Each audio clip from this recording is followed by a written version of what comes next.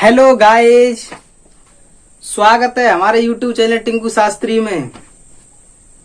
तो आज इंटर वालों के लिए यानी कि 12th क्लास वालों के लिए बहुत ही खुशखबरी है। दिल खोल लीजिए आप लोग और कॉपी पेन लेकर के तैयार हो जाइए। रेडी अभी नहीं, रेडी होने से पहले मेरी एक बात सुन लीजिए। मेरी एक बात ध्यान में रखिए हमेशा। 2022 के लिए 12th क्लास वालों के लिए ही नहीं, 9th, 10th, 11th, 12th 4 क्लासों के लिए जितने भी स्टूडेंट हैं 9th, 10th, 11th, 12th 4 class वालों स्टूडेंटों के लिए बहुत ही खुशखबरी है दोस्तों। 12th क्लास वालों के लिए तो अभी से फिजिक्स स्टार्ट हो गई, मैथ भी स्टार्ट करूंगा भाई, मैथ। और 11th क्लास वाले, 10th क्लास वाले, 9th क्लास वाले तो बिल्कुल ध्यान, मतलब टेंशन ना लें। देखिए अन्य जो छोटी छोटी क्लास हैं जैसे हाई स्कूल और 9th है, 11th है, इनकी 1 जुलाई से क्लास स्टार्ट कर दूंगा मैं, ठीक है। अभी 12th क्लास मतलब 12th क्लास वालों को ही पढ़ाऊंगा अभी मैं आज से। तो आप लोग ध्यान दीजिए, हमारे YouTube चैनल का नाम है टिंकू शास्त्री और उसको सब्सक्राइब कीजिए। और सब्सक्राइब करने में आपका ही फायदा है भाई। आप लोग सब्सक्राइब कर दोगे YouTube चैनल तो हम जो वीडियो डालते हैं YouTube पर उसकी नोटिफिकेशन आपको सबसे पहले मिलेगी और सबसे पहले वीडियो देख लोगे आप लोग। तो है ना फायदा, आपके लिए ही तो फायदा है, इसलिए तो हम कह रहे हैं। अरे भाई हम तुमसे कोई पैसा तो मांगते नहीं है, सिर्फ सब्सक्राइब कीजिए और लाइक कीजिए, कमेंट कीजिए, शेयर कीजिए, यही कीजिए, बस पढ़ते रहिए। 2022 के यूपी बोर्ड के लिए आपको इससे बेटर अन्य अदर क्लासें हैं उनका मुझसे तो कोई भरोसा नहीं है भाई, मेरा भरोसा आप लोग कीजिए। मैं आपकी पढ़ाई बहुत अच्छे से कराने वाला हूं, ठीक है। तो आज का हमारा टॉपिक रहेगा, पहली यूनिट ही रहेगी आप फिजिक्स में। तो यूनिट का नाम है, जैसे यूनिट पहली है, पार्ट का नाम है वैद्युत आवेश क्षेत्र, इलेक्ट्रिक चार्ज एंड फील्ड। ये आज टॉपिक है, आज इसी को कवर करने वाले हैं। आप लोग ध्यान से कॉपी पेन लेके पढ़िए और समझिए। हाँ, और एक बात ध्यान दीजिए, अगर आप लोग हाथों से लिखे हुए नोट्स चाहते हैं, फेयर चाहते हैं, तो आप लोग हमें टेलीग्राम पर फॉलो कर सकते हैं टिंकू शास्त्री नाम से। टिंकू शास्त्री नाम का चैनल है, वहां से डालिए और हम मिलेंगे वहां पे सारे नोट्स पड़े हुए हैं 12th क्लास की फिजिक्स के, ठीक है। तो स्टार्ट करते हैं क्लास। रेडी।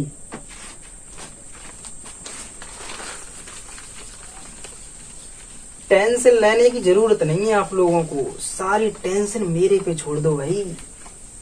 मैं किस लिए हूं, आप लोगों को तो सिर्फ पढ़ना है, टेंशन नहीं लेने, हम पढ़ाएंगे भाई। तो जैसा कि टॉपिक है वैद्युत आवेश तथा क्षेत्र, तो वैद्युत आवेश तथा क्षेत्र, तो सबसे पहले वैद्युत आवेश को ही समझते हैं ना, तभी तो आप आगे बढ़ेंगे। तो हेडिंग डालो वैद्युत आवेश, जिसको अंग्रेजी में कहते हैं इलेक्ट्रिक चार्ज। भाई हिंदी के साथ साथ अंग्रेजी जरूर पढ़िए, क्योंकि आगे अंग्रेजी ही आपका साथ देगी, ध्यान रखना। हाँ, तो वैद्युत आवेश को तो आप लोग बचपन से ही रटते आ रहे हो, 10th में भी रटा होगा, 11th में भी रटा होगा, अब भी रट रहे हो, तो उसकी परिभाषा तो आप लोग जानते ही होंगे। नहीं भी जानते तो टेलीग्राम पर वो नोट्स में मिल जाएगी, लेकिन फिर भी मैं आप लोगों को समझा देता हूँ कि वैद्युत आवेश क्या होता है। किसी वस्तु का वह गुण, किसी वस्तु का वह गुण जिसके कारण वह अत्यंत हल्की वस्तुओं को अपनी ओर आकर्षित करती है, ठीक है, यही परिभाषा है। और टेलीग्राम पर तो बहुत अच्छी राइटिंग में लिखी हुई है इसकी परिभाषा, लेकिन ये तो इसकी परिभाषा हुई ना। अब इसके मामले में अब 12th में आ गई हो भाई, सीनियर हो गई हो, तो इसके मामले में कुछ अच्छे से जानकारी लो। ये तो दुनिया जानती है अब इसके क्या होता है, लेकिन गहराई से समझो ना। 12th में आ गए हो, कोई बच्चे नहीं रहे हो आप लोग। तो गहराई हम समझाते हैं आप लोगों को। कभी आप लोगों ने ये गौर किया है कि आवेश की खोज किसने की थी? ये नाम किसने पढ़ा? कैसे इसका पता लगाया होगा? नहीं ना, तो हम समझाएंगे कैसे हुई थी। देखिए, सबसे पहले एक दार्शनिक हुए थे, फिलोसफर। देखिए, फिलोसफर अंग्रेजी शब्द है, इसे हिंदी में कहते हैं दार्शनिक। तो एक फिलोसफर हुए थे, इसका नाम था थेल्स। ठीक है, उन्होंने ये पता लगाया था कि जब अंबर को, जैसे मैं लिख के समझाता हूँ आप लोगों को, सबसे पहले हुए थे फिलोसफर।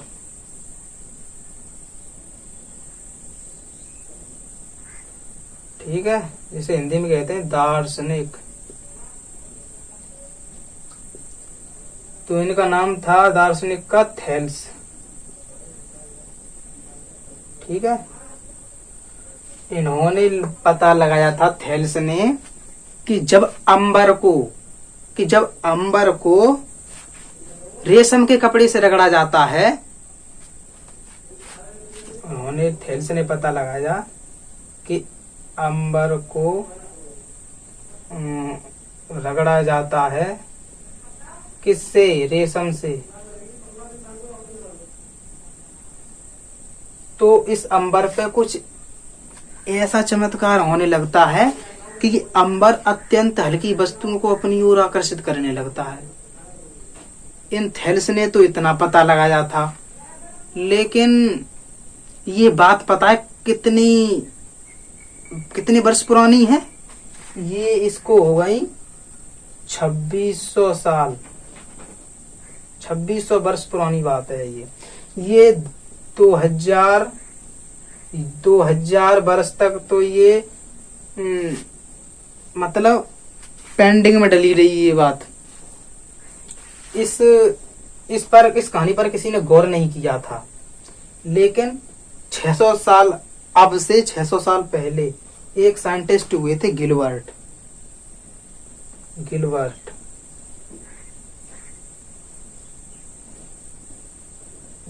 हुए थे। ठीक है, इन्होंने इस कहानी पर गौर किया था। इन्होंने बताया कि ये तो भाई क्या है, ये तो भाई जरूरी थोड़ी नहीं है अंबर में ही ऐसा कुछ होता है, ये तो बहुत सारे पदार्थ हैं उनमें भी हो सकता है। जैसे उन्होंने बताया था कांच, rubber, plastic, ebonite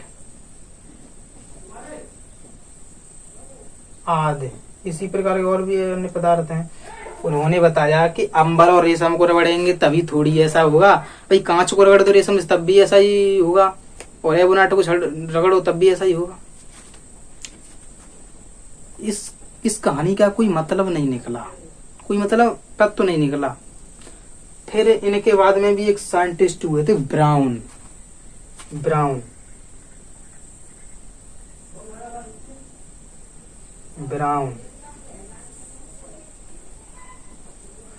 brown scientist हुए थे। ब्राउन ने बताया कि ये जो इन वस्तुओं को जो रगड़ते हैं, जैसे कांच को रेशम के कपड़े से रगड़ा, या एबोनाइट की जड़ को बिल्ली के घर से रगड़ा, तो इन पे जो चमत्कार होता है ना, अपनी ओर आकर्षित करता है, इसका उन्होंने नाम दे दिया। उन्होंने बताया ये आवेश है, उन्होंने नाम रख दिया आवेश। उन्होंने इस चमत्कार को आवेश का नाम रख दिया, जिसे अंग्रेजी में कहते हैं चार्ज। बोलिए सत्यनारायण भगवान की जय। क्यों भाई, आवेश का नामकरण हुआ है तो एक बार बजरंगबली की जय तो कर लीजिए भाई, किसी का नामकरण हुआ है। ठीक है, तो साइंटिस्ट जो ब्राउन हुए थे, उन्होंने इसका पता लगा लिया कि इसका नाम आवेश है। ठीक है, ये कहानी है। अब चलते हैं आवेश की तरफ।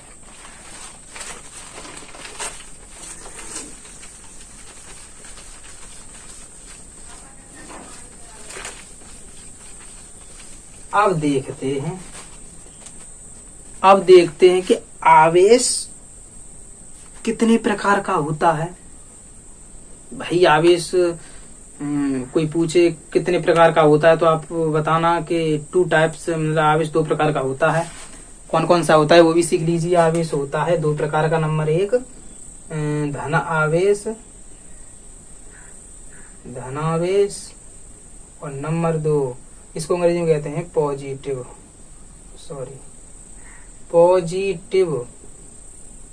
चार्ज। नंबर 2 ऋण आवेश,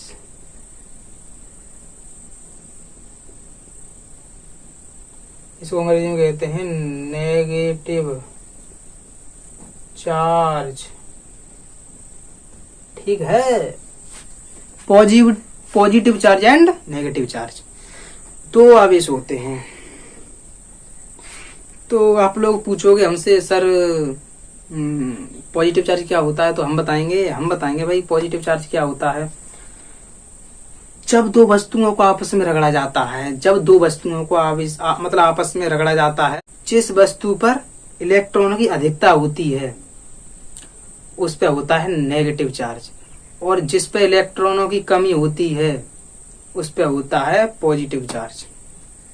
समझे? मान लो 2 वस्तुएं हैं, ये कांच है, ये रेशम का कपड़ा है, ये कांच है, ये रेशम है। जब इस कांच को रेशम से रगड़ा तो इस पे इलेक्ट्रॉनों की क्या हुई? कमी हुई, तो इस पे आएगा पॉजिटिव चार्ज।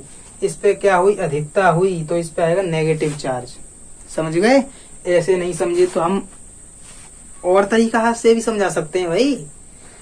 जैसे मान लो आपने मुझसे कर्जा लिया, कितना कर्जा लिया? मान लो 100 रुपए लिए, तो भाई मैंने आपको 100 रुपए दिए हैं, तो मैंने दिए हैं, तो मैं तो भाई रुपए वाला हूं ना, तो मैंने तो दिए हैं, तो मैंने थोड़ी कर्जा लिया है, मैं तो भाई पैसे वाला हूं, तो मुझ पे थोड़ी ऋण आएगा, मैं ऋणी थोड़ी हूँ, मैं तो धनदार हूँ, मतलब मेरे पे धनावेश रहेगा।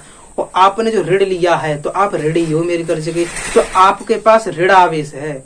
इसी प्रकार इसने तो इसको दिए हैं ना, कांच ने रेशम को दिए हैं, इसलिए इस पे पॉजिटिव चार्ज है। इसने लिए हैं रेशम ने, तो रेशम के पास नेगेटिव चार्ज है। मतलब जिसके पास इलेक्ट्रॉनों की कमी होती है उस पे आता है धनावेश, और जिसके पास अधिकता होती है उसके पास ऋण आवेश। समझ गए? इसके पास अधिकता थी, इसने मतलब इस पे अधिकता तभी तो इसने दिए हैं, तो इस पे आया प्लस चार्ज। इसके पास कमी थी तब इसने इससे लिए थे तो इस पे अधिकता हुई ना, फिर इस पे अधिकता हुई तब इस पे आया नेगेटिव चार्ज। समझ गए ना? नहीं समझे तो कमेंट करना, फिर से वीडियो बना दूंगा आपके लिए दूसरी अच्छे से। और फिर भी नहीं समझे तो नंबर इस पे लिख दूंगा, कॉल करके पूछ लेना मुझसे, ठीक है? नहीं तो टेलीग्राम पे थ्योरी लिखी है इसकी, उसमें समझ लेना। और नहीं तो वीडियो को 2 बार देखो, खुद ब खुद समझ में आ जाता है भाई। ठीक है? हाँ, तो धनावेश ऋणावेश आप लोग समझ चुके हो, नो डाउट। अब कोई टेंशन तो नहीं है? हाँ, तो आगे चलते हैं ना। भाई पढ़ लो,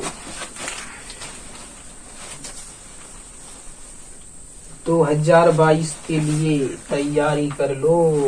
2021 में तो जो हुआ सो होगा, उसका क्या बताएं भाई, लेकिन 22 में तो पढ़ लो। हाँ, तो चार्ज पढ़ लिया हमने, चार्ज पढ़ लिया, आवेश पढ़ लिया। अब आवेश के टाइप भी पढ़ लिए, 2 टाइप्स होते हैं। अब पढ़ेंगे आवेश के मूलभूत गुण। ठीक है? आवेश के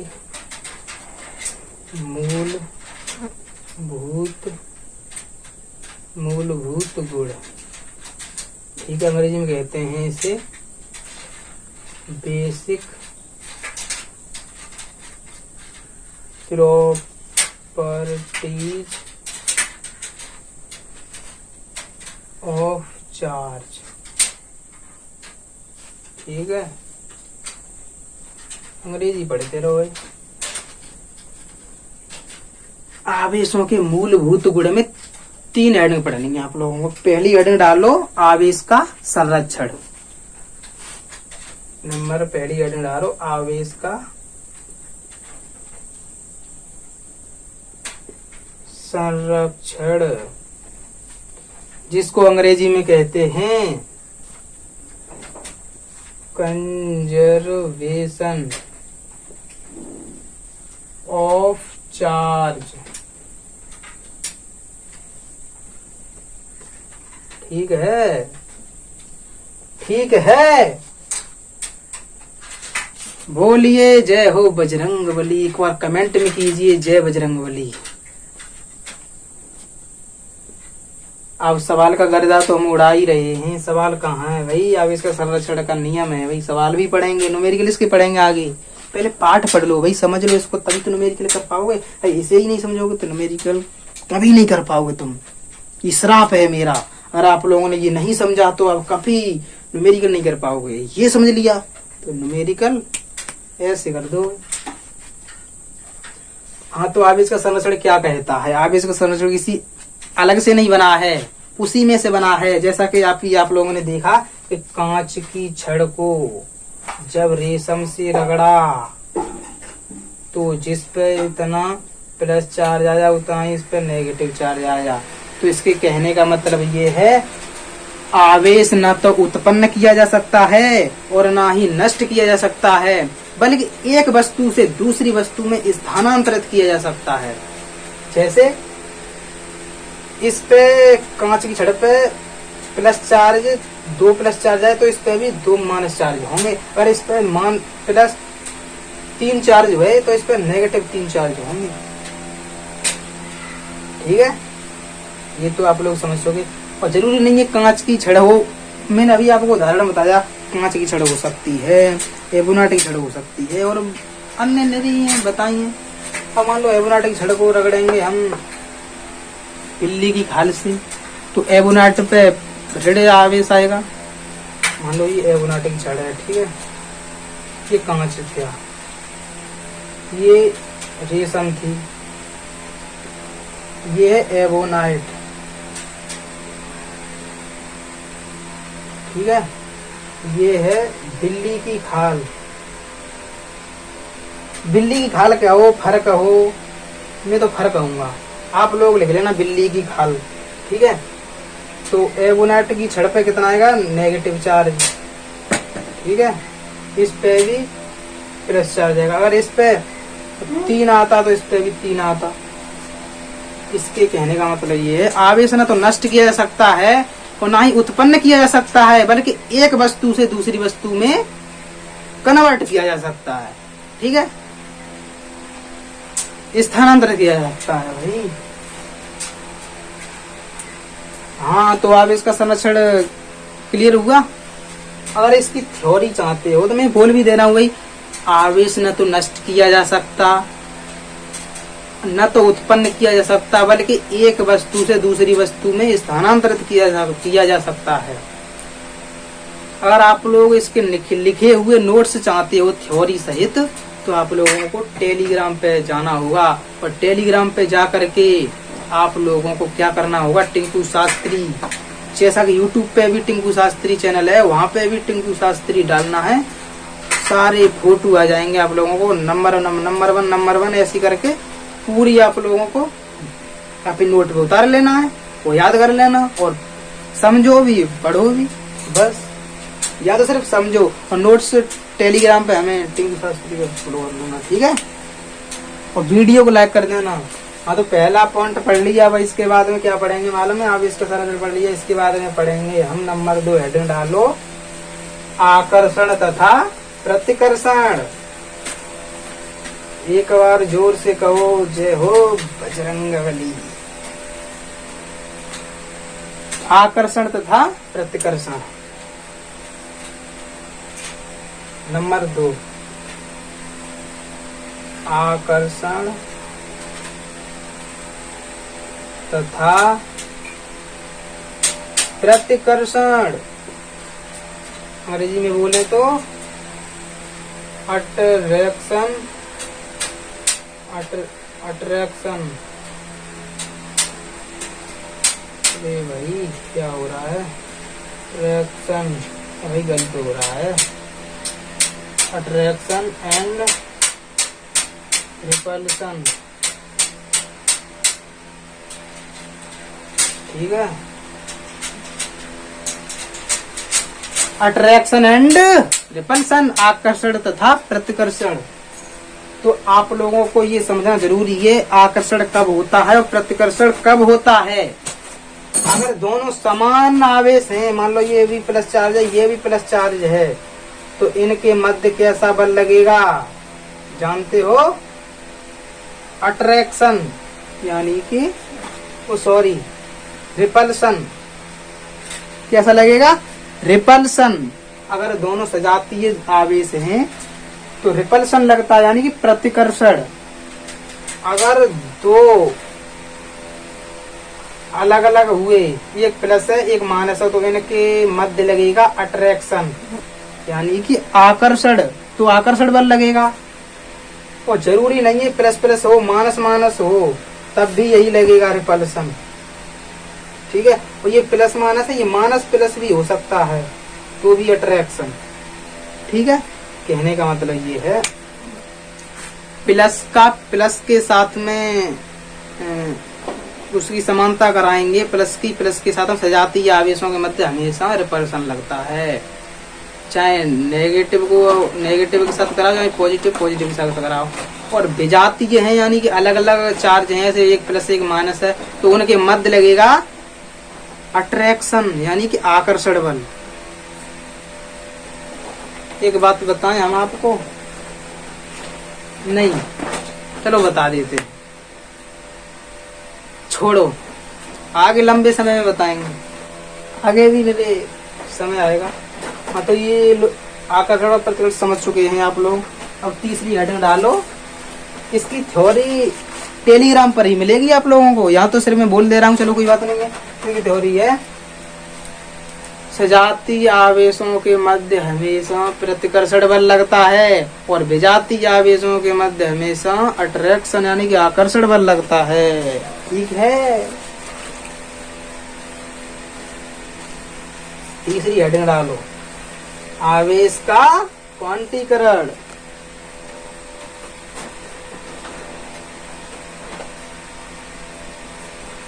आवेश का क्वांटीकरण, ठीक है। इसे अंग्रेजी में क्या बोलते हैं मालूम है?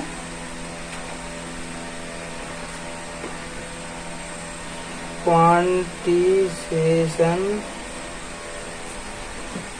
ऑफ चार्ज, ठीक है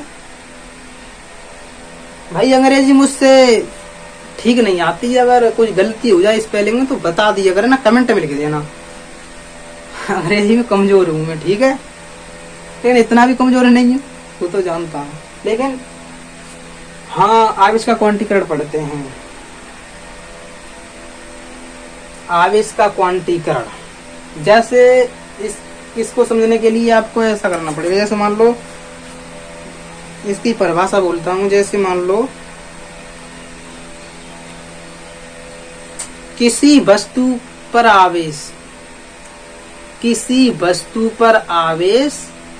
एक इलेक्ट्रॉन के आवेश का पूर्ण गुणज होता है। किसी वस्तु पर आवेश एक इलेक्ट्रॉन के पूर्ण गुणज होता है। एक इलेक्ट्रॉन के आवेश का पूर्ण गुणज होता है। जैसे मान लो एक वस्तु पर एक इलेक्ट्रॉन पर आवेश कितना होता है? एक इलेक्ट्रॉन पर आवेश होता है, एक इलेक्ट्रॉन है मान लो ये, ठीक है। एक इलेक्ट्रॉन पर आवेश होता है 1.6 × 10⁻⁻19, ठीक है, ये इतना आवेश होता है।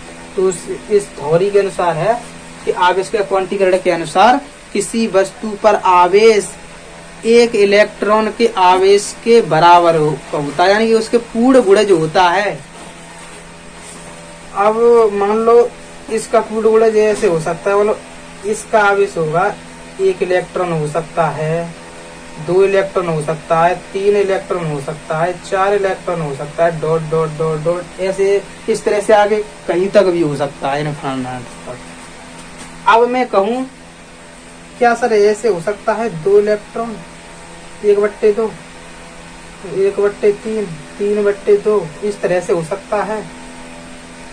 तो मैं कहूँगा नहीं। क्यों? क्योंकि उसने पहले ही कह दिया अभी थ्योरी में कि आवेश के क्वांटीकरण के सिद्धांत के अनुसार किसी वस्तु पर आवेश एक इलेक्ट्रॉन के आवेश के पूर्ण गुणज होता है, पूर्ण गुणज होता है, एक इलेक्ट्रॉन के आवेश का पूर्ण गुणज होता है। ठीक है, समझ चुके हैं आप लोग? तो तीनों पॉइंट हो गए। ठीक है, अब आगे चलते हैं इससे। हाँ, तो अगर आप लोगों से कोई पूछे कि आवेश की मात्रक क्या होता है, आवेश का मात्रक क्या होता है, कि आवेश का एसआई प्रणाली में मात्रक क्या होता है और सीजीएस पद्धति में क्या मात्रक होता है, तो आप लोग क्या बताओगे? तो उसके लिए हम हेडिंग डालते हैं उसके लिए आवेश के मात्रक, आवेश की इकाई।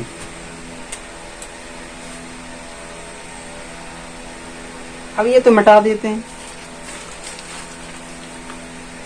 ये तो हो गए ना मूलभूत गुण। तो अगली हेडिंग डालो आप लोग आवेश की इकाई।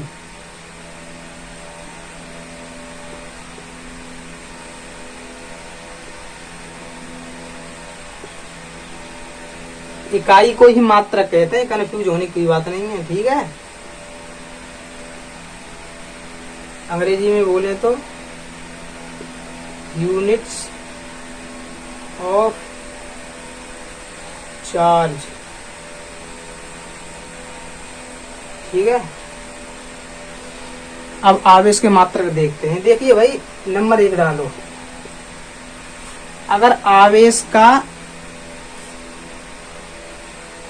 एसआई पद्धति में बात करें तो आवेश का मात्रक होता है कूलम। ठीक है, देखो आवेश का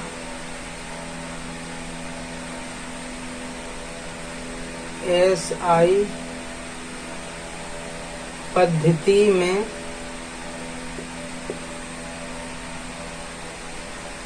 आवेश का एसआई पद्धति में मात्रक कूलम होता है। क्या होता है? कूलम। ठीक है, और अगर कोई पूछे, ये तो एसआई पद्धति में हो गया, अगर कोई पूछे सीजीएस पद्धति में क्या होता है, नंबर 2 सीजीएस पद्धति में, सीजीएस पद्धति में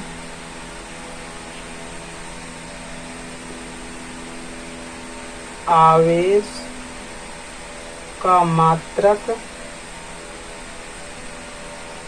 क्या होता है मालूम है? आवेश का मात्रक होता है ESU।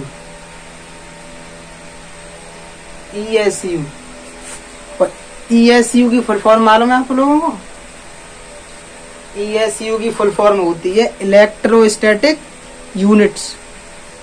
इलेक्ट्रोस्टैटिक यूनिट, जैसे यहाँ लिख दे रहा हूँ। ठीक है, इलेक्ट्रोस्टैटिक यूनिट। ठीक है, ये फुल फॉर्म है। ठीक है, तो आवेश का एसआई पद्धति मात्रक कोई पूछे तो बताना है आप लोगों को कूलम। और सीजीएस पद्धति में आवेश का मात्रक पूछे तो आपको बताना है ESU। और आप लोगों को ये जानना बहुत जरूरी है कि एक ESU मतलब एक कूलम बराबर कितने ESU होते हैं। भाई सीजीएस पद्धति में सीजीएस मात्रक होते हैं छोटे मात्रक और एसआई मात्रक होते हैं बड़े मात्रक। एसआई मात्रक और MKS पद्धति मात्रक ये दोनों एक ही बात होती है, चाहे एसआई कहो चाहे MKS कहो, ये दोनों पद्धति एक ही बात है। अगर आप लोग सीजीएस की बात करें तो वो छोटी पद्धति होती है। जैसे मान लो सीजीएस में, अब मान लो 1 कूलम आवेश बराबर 1 कूलम आवेश आवेश मालूम है, एक कूलम आवेश में कितने ESU होते हैं? एक कूलम आवेश में होते हैं 3 × 10⁹ ESU। आया कुछ समझ में? एक कूलम आवेश में 3 × 10⁹ ESU। इधर इसको ऐसा ही लिखा रहने दो, ठीक है।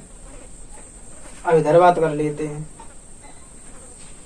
अगर आप लोगों से कोई पूछ ले आवेश का सबसे बड़ा मात्रक क्या होता है, तो आप लोग क्या बताओगे मालूम है? फैराडे। आवेश का सबसे बड़ा मात्रक, आवेश का सबसे बड़ा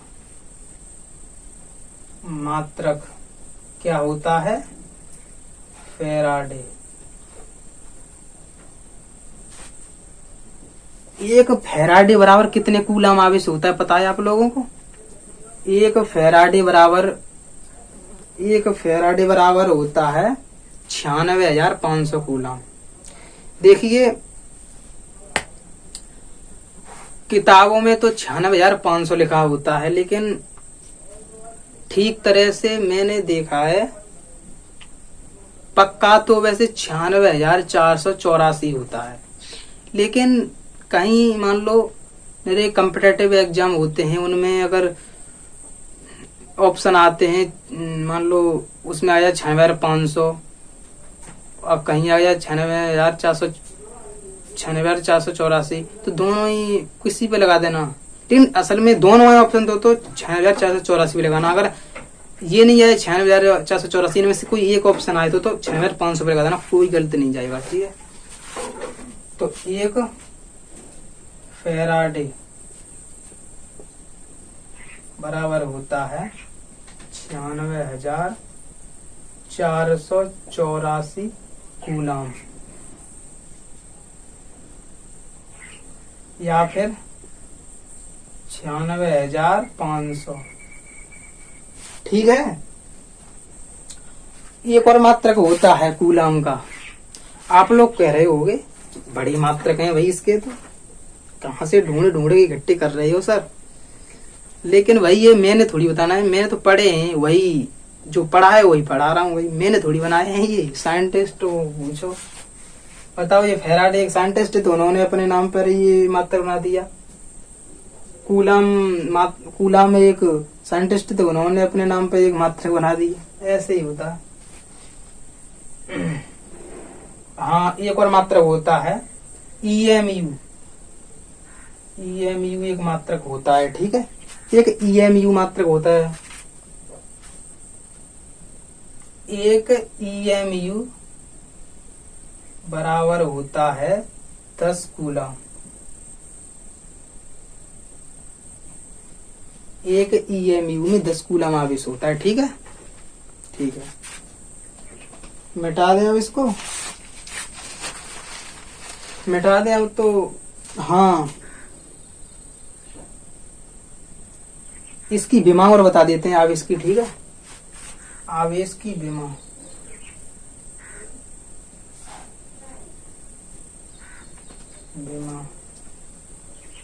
आवेश की विमा होती है TA होती है, ठीक है। याद कर लेना, ये TA बहुत मतलब पर्पल पे ये जरूरत पड़ती है इस विमा की।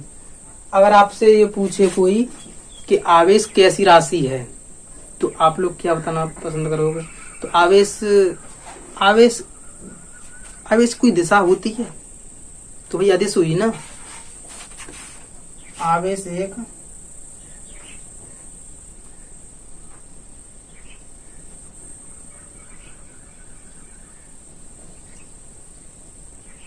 अदिश राशि है, ठीक है। ये नोट कीजिए। एक बात और ध्यान दीजिए, किसी आवेश में इलेक्ट्रॉन की संख्या n हो तो फिर क्या हुआ? तो Q बराबर NE, ये फॉर्मूला होता है। इसकी बहुत जरूरत पड़ने वाली है, इसको याद कर लेना, ठीक है। Q बराबर NE, जहां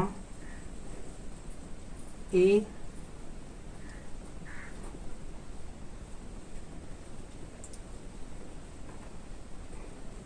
इलेक्ट्रॉन पर आवेश है, ठीक है, जिसका मान